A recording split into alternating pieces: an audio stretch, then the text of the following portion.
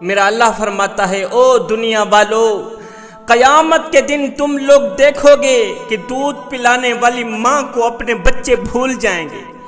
حالانکہ دودھ پلانے والی ماں دنیا میں اپنے بچوں کو ہرگز نہیں بھول سکتی، لیکن جب قیامت کا زلزلہ آئے گا اس وقت ماں کو اپنے دودھ پیتے بچے کی ہوش نہیں رہے گی۔ جب قیامت کا زلزلہ آئے گا ماں کو اپنی فکر پڑ جائے گی، اپنی جان کی پڑ جائے گی۔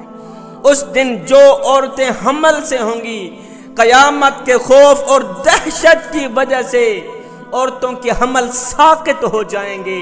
میرا اللہ فرماتا ہے لوگو، اس دن جب تم لوگوں کو دیکھو گے، دوسرے لوگوں کو دیکھ کر یہ محسوس کرو گے کہ یہ لوگ نشے میں ہیں، حالانکہ وہ نشے میں نہیں ہوں گے۔ اللہ کا عذاب ان پر اس طرح حاوی ہوگا، قیامت کی گرمی، حشر کے دن کی تپش، خدا کا خوف اور دہشت ان پر اس طرح طاری ہوگی کہ یہ لوگ اپنے قابو میں نہیں ہوں گے، اپنی ہوش و حواس کھو بیٹھیں گے۔ اور سنو، جو شخص دنیا میں ڈرتا ہے اس سوچ کی بنیاد پر کہ قیامت کے دن میں اللہ کا سامنا کیسے کروں گا، میرا اللہ فرماتا ہے کہ جو شخص دنیا میں رہ کر ڈرتا ہے کہ قیامت کے دن اللہ کا سامنا کیسے کروں گا، کہ اللہ نے تو مجھے حضرت انسان بنا کر دنیا میں بھیجا اور میں تو کیڑوں سے بھی بدتر نکلا۔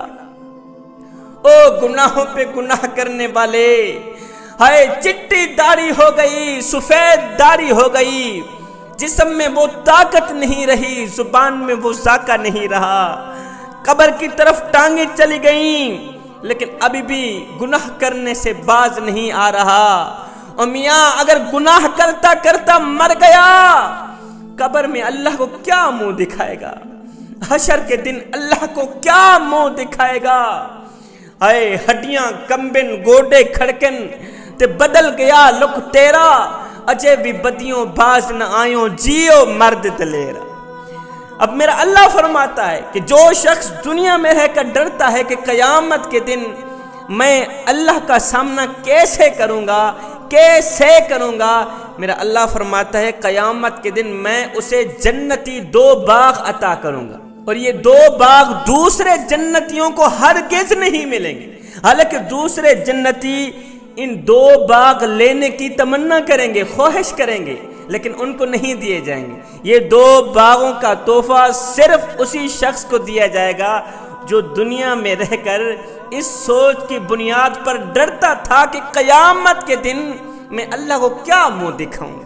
بعض لوگ گناہ بھی کرتے ہیں اور یہ بھی کہتے ہیں جی اللہ بڑا ہی غفور الرحیم ہے، غلطیوں پر غلطیاں، گناہوں پر گناہ کرتے رہتے ہیں، بعد میں کہتے ہیں جی اللہ میاں بڑا ہی غفور الرحیم ہے، ہاتھوں سے ڈنڈی مارتے ہیں، ناپ تول میں کمی کرتے ہیں، بیٹیوں کا بہنوں کا حق مارتے ہیں، ہر وقت جھوٹ بولتے ہیں، امت مسلمہ کے لیے ہر وقت غلط سوچتے ہیں، کانوں سے غلط سنتے ہیں، غلیظ باتیں سنتے ہیں، منہ سے گندی باتیں نکالتے ہیں، یہاں پر نفاق رکھتے ہیں، بغض کینہ حسد رکھتے ہیں، اور اکڑ اکڑ کر چلتے ہیں، ایڑھی مار کے چلتے ہیں، مسجد کے قریب نہیں جاتے، نماز کے نزدیک نہیں جاتے، پھر بعد میں کہتے ہیں جی اللہ میاں بڑا ہی غفور الرحیم ہے، میاں اللہ میاں بڑا ہی غفور الرحیم ہے، بڑا ہی غفور الرحیم ہے۔ مگر سنو، اللہ کا عذاب بھی سخت شدید ہے۔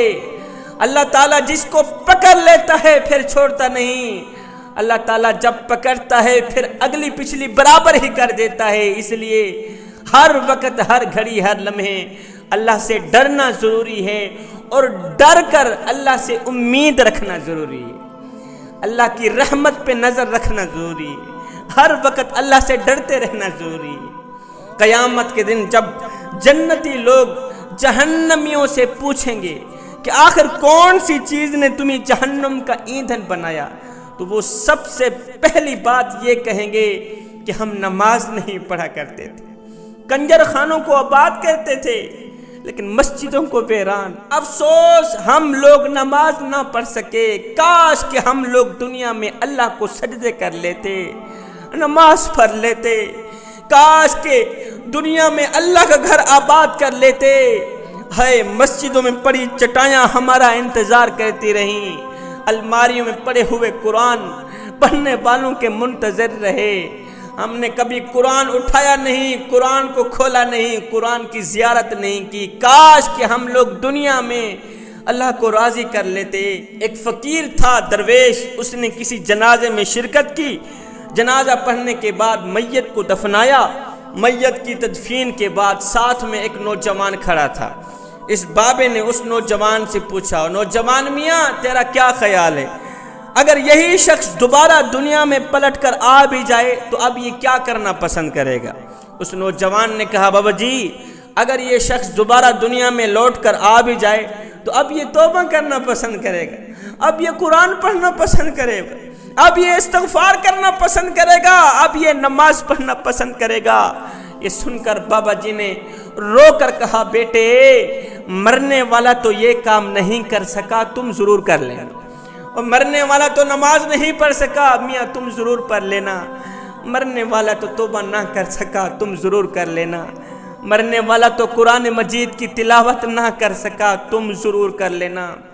جہنمی کہیں گے ہم دنیا میں نماز نہیں پڑھا کرتے تھے۔ حضرت عبداللہ بن مسعود رضی اللہ تعالی عنہ سے روایت ہے کہ رسول اللہ صلی اللہ علیہ وسلم نے فرمایا قیامت کے دن جہنم کو لایا جائے گا۔ یہاں پر دو صورتیں ہیں، یا تو لوگوں کو دکھانے کے لیے لایا جائے گا، یا تو جہاں پر جہنم کو نصب کرنا مقصود ہوگا۔ دو صورتیں ہیں، جہنم کو لایا جائے گا، جہنم پہلے مخفی تھی، آج اس کو ظاہر کیا جائے گا۔ اب جہنم کے ساتھ 70 ہزار زنجیریں ہوں گی، اور ہر ایک زنجیر کو کھینچنے کے لیے 70 ہزار فرشتے ہوں گے۔ ایک زنجیر کو کھینچنے کے لیے 70 ہزار فرشتے اپنا زور لگائیں گے۔ مجھے بتائیں 70 ہزار زنجیریں ہیں، ایک زنجیر کو کھینچنے کے لیے 70 ہزار فرشتے زور لگا رہے ہیں۔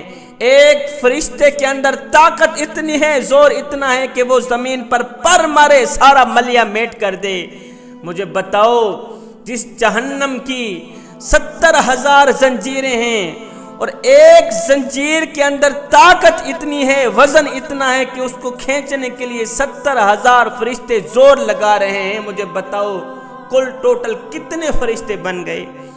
جب اتنے زیادہ فرشتے جہنم کو کھینچ رہے ہیں، وہ جہنم کتنی بڑی ہوگی؟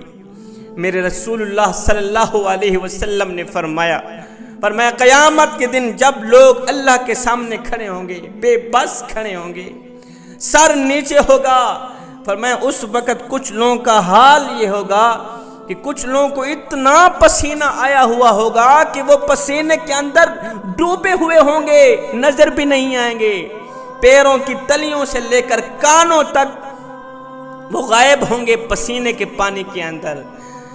اتنا پسینہ کیوں آئے گا؟ گرمی کی تپش۔ اس وقت سورج اتنا نزدیک ہوگا، لوگوں کی اتنا قریب ہوگا، پتہ چلے گا کہ بالکل سر کے اوپر سورج آیا ہوا ہے۔ اس دن سے ڈرو جوانو، اللہ کے عذاب سے ڈرو۔